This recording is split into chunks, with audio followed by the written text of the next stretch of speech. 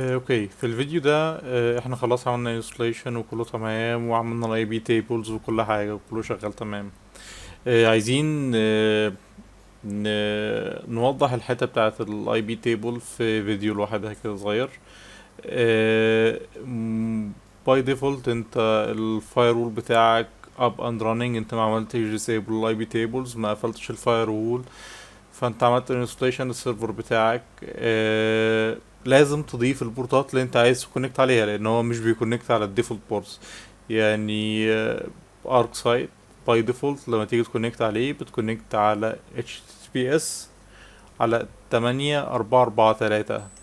فانت لازم تقلو البورت ده. فالبساطة هيبقى في عندنا لاين زي ده كده، firewall -cmd. الزون بتاعتنا احنا عاملين بابليك، مش عاملين اي كاستم زونز.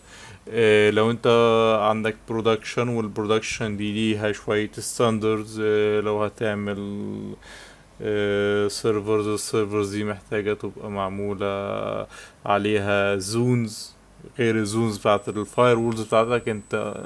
جوه اللينكس زون بتاعتك عامل زونز تانية جوه، وليها restrictions مختلفة. فالمهم، يعني من غير وجع دماغ، باي ديفولت الزوم بتاعتك هتبقى البابليك. هنقاد البورت بتاعنا اللي هو 8443 وعايزينه بيرمننت. اوكي، هو هنا هيقول لك اليوزر ارك سايت، فهنروح روت نديله نفس الكوماند تاني. اوكي، او كوماند تاني هيقول لك ان هو اوريدي موجود، عشان احنا كنا ضايفينه اوريدي. فتمام، انت بعد ما هتعمل كون زي ده بعد كده هقوم رايحين عاملين firewall reload. اوكي،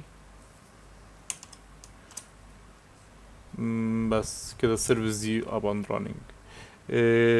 same for everything else. في لستة موجودة في ال implementation installation guide بتاع الارك سايت، فيها البورتات اللي انت محتاج تبقى عامل لها allow كلها، تاخدها كلها وتعملها بنفس الشكل ده كده. الليستة كلها هتضيف البورتات one time permanent، تريلود الفاير سيرفيس بتاعتك كله شغال كويس. عايز تريح دماغك وانت في التست لاب، اعمل ديسيبل للسيرفيس بتاعة الفاير وول. ويعني لو انت عايز تست لاب، يعني عايز تبقى تست لاب حلو، فخليك زي البرودكشن بالظبط، ما تحاولش ان انت تموديفاي حاجة. بس ده بالنسبة للاي بي تيبلز.